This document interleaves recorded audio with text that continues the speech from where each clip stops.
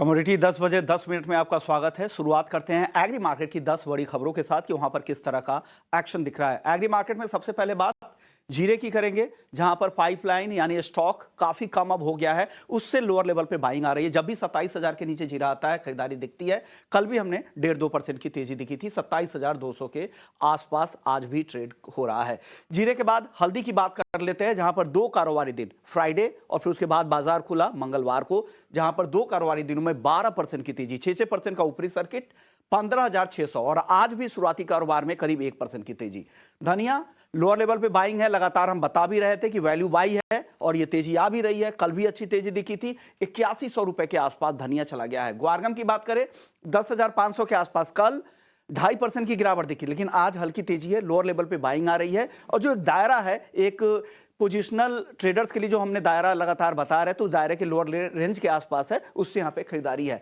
5400 के आसपास ग्वार सीड का वायदा है, लेकिन हर तेजी पर यहाँ पर मुनाफा वसूली दिख रही है। कैस्टर की अगर बात करें तो कैस्टर हम लगातार कह रहे थे कि हाजिर में इसकी डिमांड अच्छी है और उसका फायदा कल वायदा में भी दिखा। 2% से ज्यादा की तेजी दिखी, 5,800 रुपए के ऊपर कैस्टर चला गया। सनफ्लावर ऑयल की बात करें तो 860 रुपए के आसपास है, कल जरूर दायरे में दिखा, लेकिन इंटरनेशनल मार्केट में शिपिंग कॉस्ट जो रेड सी की चिंता की वजह से जो बढ़े हैं, उससे सनफ्लावर ऑयल के इंपोर्ट में दिक्कत होगी, दाम बढ़ेंगे और बढ़े भी हैं। कॉटन केक की बात करें तो 2600 रुपए के नीचे है, कल तेज बिकवाली दिखी, आज शुरुआती कारोबार में हल्की कमजोरी दिख रही है, लेकिन अभी भी भाव 2600 रुपए के नीचे ट्रेड कर रहा है। कपास दायरे में है, पिछले एक महीने से आप देखें तो 50 रुपए के दायरे में एनसीडीएक्स कपास घूम रहा है, 1500 से 1550 के आसपास। तो यहां पे बहुत ज्यादा एक्शन नहीं है, मिलों की डिमांड कम है और भाव में भी आप देख रहे हैं। मेंथा ऑयल सीमित दायरे में कारोबार हो रहा है, हालांकि सप्लाई भी कम है, हाजिर डिमांड भी बेहतर है, लेकिन भाव में कुछ भी रिफ्लेक्शन नहीं आ रहा है। बेहद सीमित दायरे में एमसीएक्स मेंथा ऑयल 920 के आसपास। चलिए अपने मेहमान से पूछते हैं कि यहाँ पे जो एक्शन है वहां पर आपको क्या करना चाहिए। हमारे साथ स्टेबन.com के दीपेन शाह है। दीपेन, बहुत बहुत शुक्रिया, आपने वक्त निकाला हमारे लिए। सबसे पहला मेरा सवाल जीरे को लेकर होगा। जीरा 27,000 रुपए के जब भी नीचे आता है तो खरीदारी आती है, 27,000 के ऊपर टिक नहीं पा रहा है मार्च का वायदा। क्या लग रहा है, कहां पर खरीदारी करनी चाहिए अगर किसी को जीरे में वैल्यू बाई करनी है तो? जी, गुड मॉर्निंग। सबसे पहले तो आपका शुक्रिया शो पे बुलाने के लिए। देखिए, अगर जीरा की बात करेंगे तो वैल्यू बाइंग हमारे हिसाब से प्रॉपर वैल्यू बाइंग 20,000 के आसपास हो सकती है। लेकिन अगर आप ये देखेंगे कि हम कभी भी टॉप या बॉटम को एग्जैक्टली कोई भी ट्रैक नहीं कर पाएगा। तो अगर आप जीरा मिनी कॉन्ट्रैक्ट को देखेंगे। जी दीपेन, ओके, यानी जो दीपेन को लगता है कि जीरा अगर आपको वैल्यू बाई करना है तो आपको इंतजार करना है, यहां पर हाजिर में आपको खरीदना है तो 20,000 रुपए तक के आसपास एंट्री करे तो काफी सेफ जोन होगा। क्योंकि खबर यह है कि पिछले सीजन से 45-50% तक ज्यादा क्रॉप हो सकता है और बुआई के आंकड़े आपके सामने हैं। गुजरात में पिछले सीजन के मुकाबले 160% ज्यादा एरिया में बुआई हुई है, राजस्थान में 25% ज्यादा एरिया में जीरे की बुआई हुई है। दीपेन, बाकी दो मसालों पर क्या कहेंगे, धनिया और हल्दी? हल्दी लगातार तेजी है और धनिया आप भी कह रहे थे कि लोअर लेवल पे खरीदना चाहिए और वो तेजी अब क्या अपर एंड के ऊपर जा चुका है, क्या अब निकलना चाहिए धनिया से? इन दोनों काउंटर पर क्या राय है, हल्दी और धनिया दोनों पर अपनी राय बताएं। देखिए, इनफैक्ट इट्स द रिवर्स। अभी तो तेजी की शुरुआत हुई है, तो निकलने का ना सोचे। ज्यादा से ज्यादा ट्रेलिंग स्टॉप लॉस लगा के आपने ट्रेंड को राइट करने की सोचे। बिकॉज हमारा मानना है कि इस सीजन में आपको हल्दी में काफी अच्छे टारगेट्स जो ऑल टाइम हाई के आसपास है, 17-18 हजार, वो देखने मिल सकते हैं। और आपको धनिया में भी लगभग 8,500 से 9,000 के टारगेट्स देखने मिल सकते हैं। तो आप अपने स्टॉप लॉसेस को ट्रेल करते रहे और ट्रेंड को राइट करते रहे। जब तक मार्केट चल रहा है तब तक फॉलो करते रहे। क्या है, आपने जो नया हाई हाई की आपने बात की हल्दी में, और धनिया भी आपको लग रहा है कि 8,500 से 9,000 और हल्दी 17-18 हजार तक जा सकती है, उसके लिए कितना वक्त देना होगा? देखिए, अभी तो अप्रैल का कॉन्ट्रैक्ट है और मसालों का सीजन भी मार्च अप्रैल में आ जाएगा। तो हमारा मानना है कि ये सीजन में ही आपको हल्दी के कम से कम नए ऑल टाइम हाई देखने मिल सकते हैं। चलिए, तो ये व्यू आपने मसालों पे देखा। अब ग्वारसीड और ग्वारगम की बात कर लेते हैं दीपेन जी। ग्वारसीड और ग्वारगम बहुत समय से, काफी समय से एक दायरे में ही है, हालांकि उस दायरे के लोअर रेंज के आसपास अब आ चुका है। 10,500 के नीचे ग्वारगम और 5400 के आसपास है ग्वारसीड का वायदा। क्या खरीदारी करें इन स्तरों पर? देखिए थोड़ा इंतज़ार करना चाहिए। हमारा मानना है कि थोड़ा और प्रॉफ़िट बुकिंग आ सकता है और आइडियली 5200 से 250 के बीच में आप कोशिश करें गुआर सीड को खरीदारी करने की। और सेकंड हमारा मानना है कि एक बार अगर टर्मरिक का प्ले कंप्लीट हो जाता है first half of the year में, तो उसके बाद आपको गुआर सीड में अच्छा प्ले देखने मिल सकता है। तो आई थिंक टर्मरिक के बाद हमारी इस साल की टॉपिक गुआर सीड रहेगी। तो जो भी डिप्स आती है 5200, 250 वहाँ पे आप उसको निवेश करके चलें। पेन जी, ग्वार पर मैं एक और सवाल करूंगा। बड़ी तेजी जो इस दायरे के बाहर की जो तेजी होगी, उस तरह का एक्शन कब तक दिखेगा? अगर टॉपिक है तो कितना इंतजार करना पड़ेगा बड़ी तेजी के लिए?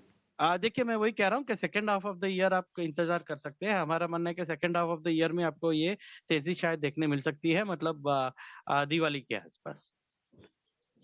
दिवाली तक एक बड़ी तेजी की उम्मीद की जा रही है। और वैसे भी ये मानसून का प्ले है, मानसून की खबरों के साथ साथ ये यहाँ पे तेजी या मंदी भी आती है, तो आपको थोड़ा इंतजार करना पड़ेगा बड़ी तेजी के लिए। अब बात करते हैं कपास और कपास खली की। कपास, एनसीडीएक्स कपास काफी समय से दायरे में है दीपेन, और कपास खली में बिकवाली चल रही है, 2600 के नीचे भी अब आ चुका है। इन दोनों को खरीदें या रुके दोनों में अभी? देखिए मैं कहना चाहूँगा कि आप थोड़े जनरस है, आप दायरे में कह रहे हैं, लेकिन थोड़ी हकीकत ये है कि एफिशिएंट प्राइस डिस्कवरी नहीं है, उसमें ज़्यादा वॉल्यूम्स भी नहीं होते हैं। तो थोड़ा ट्रस्ट करना मुश्किल हो जाता है इस प्राइस को, बिकॉज़ आपको पार्टिसिपेशन ही ना हो तो थोड़ा डिफ़िकल्टी होता है कि एफिशिएंट प्राइस डिस्कवरी मैकेनिज़्म होगा कि नहीं। तो उसको छोड़ के अगर आप कपास कली की बात करेंगे तो उसमें डेफ़िनेटली वॉल्यूम होता है, तो आप एक प्राइस जो ट्रेड होता है, उस पे आप थोड़ा-सा विश्वास कर सकते हैं। उसमें भी थोड़ा और मंदी आने की आशंका है। हमारा मानना है कि 2400 के आसपास, मतलब और 10% यहाँ से नीचे गिरावट आने की आशंका है। तो अभी खरीदारी करने से बचें, थोड़ी और प्रॉफिट बुकिंग आने दें। उसके बाद अगर प्राइसेस स्टेबलाइज़ होते हैं तो वहाँ पे हम एक बार इवैल्यूएट करेंगे फिर से कि खरीदारी करें या ना करें।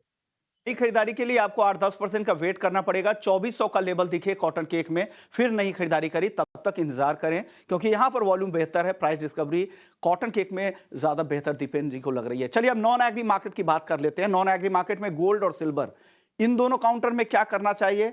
कई सारी खबरें हैं इस हफ्ते। आज पीएमआई फ्लैश पीएमआई के आंकड़े आने वाले हैं। पीसी आंकड़ों का भी बाजार को इन जा रहा है। जीडीपी के नंबर कल आएंगे यूएस में। इन खबरों के बीच में लेकिन डॉलर और बॉन्ड लगातार ऊपर जा रहे हैं, जिसका दबाव गोल्ड सिल्वर में इंटरनेशनल मार्केट में दिख रहा है। क्या खरीदारी करें इन खबरों के बीच? देखिए थोड़ा इंतज़ार करें, बिकॉज़ जैसे आपने बताया कि थोड़ी दबाव है और इसके साथ-साथ आप देखेंगे तो काफ़ी न्यूज़ हैवी वीक है और इसके साथ टेक्निकली हम देखेंगे तो प्राइसेज़ काफ़ी समय से एक रेंज में ही है। तो अगर ऐसी गिरावट आती है जिसमें सिल्वर आपको 68,500 के आसपास मिलता है या 60,500 के आसपास गोल्ड मिलता है, जिसको हम बार्गेन बाइंग लेवल्स कहते हैं, तो ही खरीदारी करें।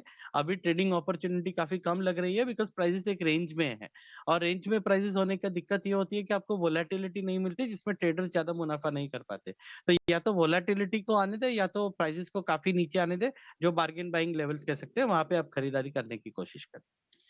दीपेन जी, अब कच्चे तेल की बात करते हैं। कच्चा तेल जहां पर एक तरफ लीबिया में वापस से प्रोडक्शन शुरू हुआ है, नॉर्थ डाकोटा से भी यूएस की से भी खबर आ रही है, वहां से भी अब सप्लाई बढ़ रही है। लेकिन दूसरी तरफ जो चिंता है वो जो जियोपॉलिटिकल टेंशन चल रहे हैं, क्या करना चाहिए?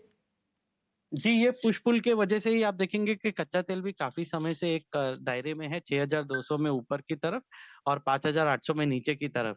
जब तक हम डिसाइसिवली 6200, 250 के ऊपर क्लोज़ नहीं देते, तब तक कच्चे तेल में ब्रेकआउट नहीं गिना जा सकता है और प्राइसेज़ फिर से 5800 के आसपास तरफ आने की कोशिश करेंगे।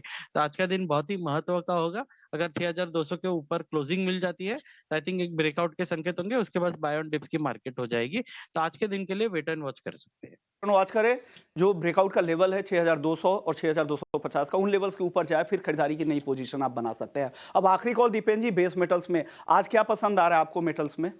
देखिए बेस मेटल्स में एल्यूमीनियम और जिंक पे आप ध्यान दे सकते हैं। एल्यूमीनियम कल हमने देखा है 2% ऊपर रहा है, तो काफ़ी अच्छी अपॉर्च्युनिटी है। अगर 199 के आसपास मिलता है, तो एल्यूमीनियम में आप खरीदारी करके चल सकते हैं। हमारा मानना है कि यहाँ से 2% की अपसाइड आपको देखने मिल सकती है। आई एम सॉरी बट मैं नेचुरल गैस के बारे में बताना चाहूँगा, बिकॉज़ नेचुरल गैस 5% ओपन हुआ है और हमें जो सेकंड मंथ कॉन्ट्रैक्ट है, जो फर्स्ट मंथ स्टैगर्ड डिलीवरी में जा रहा है, तो सेकंड मंथ कॉन्ट्रैक्ट 10% के डिस्काउंट पे चल रहा है। तो नेचुरल गैस में मिनी कॉन्ट्रैक्ट्स में बाय करने की काफ़ी अच्छी अपॉर्च्युनिटी है, तो दर्शकों को उस पे काफ़ी ध्यान देने की ज़रूरत होगी। नहीं, एल्युमिनियम आप खरीदे 2% की तेजी के लिए यहां से, और नेचुरल गैस के मिनी कॉन्ट्रैक्ट में खरीदारी की सलाह आ रही है दीपेन की तरफ से। शुक्रिया दीपेन, आपने वक्त थैंक यू। निकाला। तो कमोडिटी 10 बजे में, कमोडिटी 10 बजे 10 मिनट में इतना ही।